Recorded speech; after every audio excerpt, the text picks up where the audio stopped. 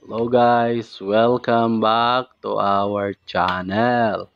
So guys, mayroon tayong gagawin ngayon guys. Ito, isang bad. Tapos, hindi natin ito mabasa guys. So dahil, tingnan guys, in-check guys. Hindi natin mabasa. So isa itong blender. Ay di kaya juicer. Isang juicer guys. Nag-i-extract ng juice. So napakalaki niya guys. Ang bigat pa. So try tayong mag-plug in guys. Try tayong mag-plug in. So guys, habang nag-plug in tayo, paki-like, subscribe and share. Ang video na to ay para lang sa mga beginners. So ang tinuturo dito ay mga basic lang guys. So isa na namang basic ang ituturo natin sa inyo guys dito. So paano isu-short itong switch. So guys, ang problem dito guys ay hindi siya nag-o-on. So kapag blender guys, normal talaga yan kapag blender, dalawa yung switch. Okay? So dalawa yung switch, normal talaga yan pag blender. So tingnan natin guys, subukan natin itong itulak yung switch niya dito. Subukan natin itulak. Tapos mag-on tayo. So dalawa kasi yung switch dito guys. So guys, habang nagtulak tayo, paki-like. Ayun, umiikot guys. So ibig sabihin okay siya guys, switch lang ang problema.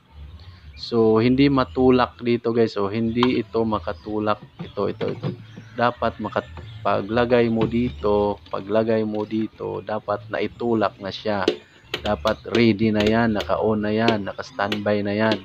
So dapat kung mag-switch tayo doon sa labas, mag-iikot na yung motor. So guys, hindi siya masyadong naitulak guys. Yan yung most common problem ng mga blender. Ang switch hindi maitulak. So ang gagawin natin guys ay bubuksan natin ito sa ilalim. Tapos ang switch na itong switch na ito ay atin nang i-short doon sa ilalim. Pag-isahin na natin yung dalawang terminal niya. Ayan o, umiikot siya guys o kapag tinulak natin siya ng maigi. So kapag ito guys ay inayos lang natin ang switch na ito, hanapan lang natin ng paraan, babalik at babalik pa rin yung problema guys. Basta ganito guys, babalik at babalik pa rin yung problem. Ang pinaka long term na solusyon ay isu-short natin yan guys. Yan yung long term. Yan ito, hindi ito masyadong naitulak. Yan, kapag naitulak ito ng maigi, iikot yung blender natin. So ito siya guys, switch ito sa ilalim. Sa ilalim, pag tiningnan natin yan, switch yan. Okay, so yan yung isu-short natin. Okay?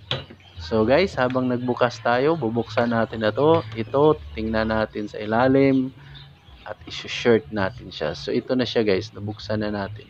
Yan. Nag-skip tayo para hindi na humaba ang video, hindi na kayo mainip sa kapanonood. Yan. So ayan guys, turo natin. Ito siya guys, ito. So switch ito. Ito yung pangalawang switch. Ito yung switch.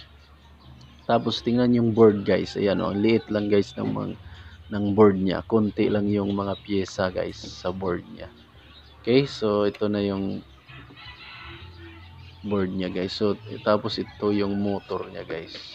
Okay, so ang sinabi natin kanina guys ay short natin ito. So itong switch niya, hindi masyadong maitulak ito. So common talaga yan sa blender na hindi ito maitulak. So kaya ang ginawa ko guys sa mga previous repair ko ng mga ganito, i-short ko na lang ito guys. Okay? So yan yung gagawin natin guys. Pag-isahin natin ang dalawang wire na ito.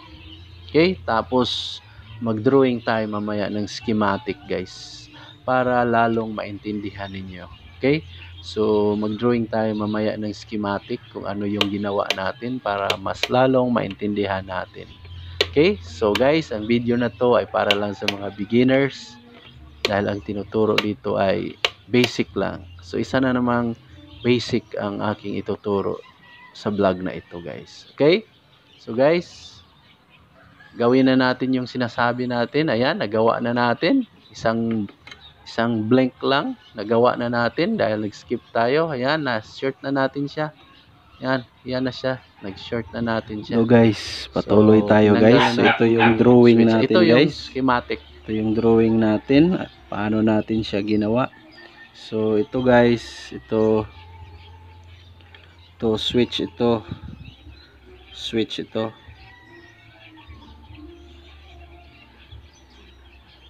Yan, switch ito. Ito, switch din ito. So switch din ito guys. So ito yung ginawa natin guys. Tingnan. So ito yung ginawa natin. Mula dito sa easy cord.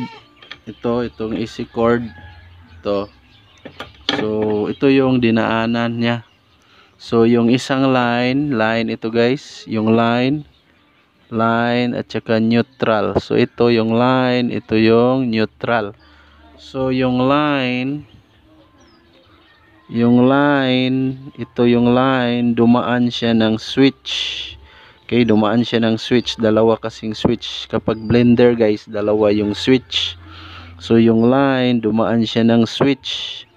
Tapos itong neutral, nakadirect na siya sa board. Tapos mula dito sa board, yung positive, ito yung negative. So yung positive pumunta sa switch, yung negative pumunta sa switch. Tapos sa switch mayroon siyang forward at saka reverse. Itong isa guys, reverse. Okay, so ito mayroon siyang forward at saka reverse. So dalawa ang switch niya dito. So dalawa yung function ng switch niya dito, may forward at saka reverse. So papunta na siya dito sa motor guys. So yan yung drawing natin guys about dito guys sa juicer na ito o blender. So ang ginawa natin guys, ito ang switch na ito, dahil hindi na maitulak ito ma-switch. So ang ginawa natin guys ay sinurt na lang natin. Ganyan. So sinurt natin itong line, papasok na siya dito sa board. So kasi pag ni-repair pa natin itong switch, ito babalik at babalik pa rin yung problem. So babalik at babalik pa rin yung problem. So ang ginawa natin guys ay sinurt na natin ito. So pinakita natin kanina doon sa video natin. So sinurt natin itong dalawa para direct na siya dito sa board. Hindi na siya dadaan dito sa switch, dahil pag inaayos pa natin itong switch, babalik at babalik pa rin yung problem. Kasi hindi na ito maitulak dito guys o pababa. So hindi na ito maitulak pababa, kaya hindi siya nag-o-on.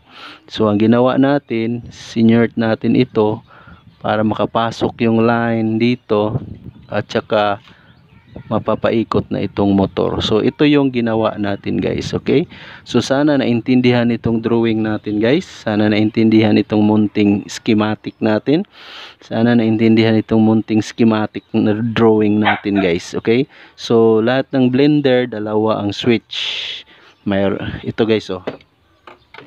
So ito yung switch. Ito yan guys. Ito yan. So dito yan. Ito yan, mayroong forward tsaka reverse, forward, reverse, forward at saka reverse. So ito yan guys, ito. Tapos ito, saan naman itong switch guys? Ito yan oh.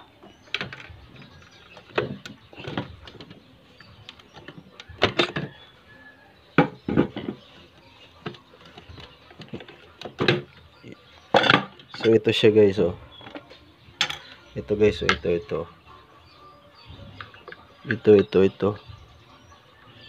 So ito. So hindi na ito maitulak guys. Ayan. So ito yung pangalawang switch. Hindi na ito maitulak dito. Ito. So ito yung magtulak sa kanya guys. So ito. So ito yung magtulak sa kanya. So hindi na maitulak ito kaya hindi na nag-o-on ang blender natin. So ang ginawa natin guys ay sinyert natin ito doon sa ilalim. Ito. Okay, so ito na siya guys. Ito na yan guys. Ito guys oh. So ito na siya guys. So ito. Sinyert na natin ito. Okay? So sana may nakapulot tayo dito. So maraming salamat.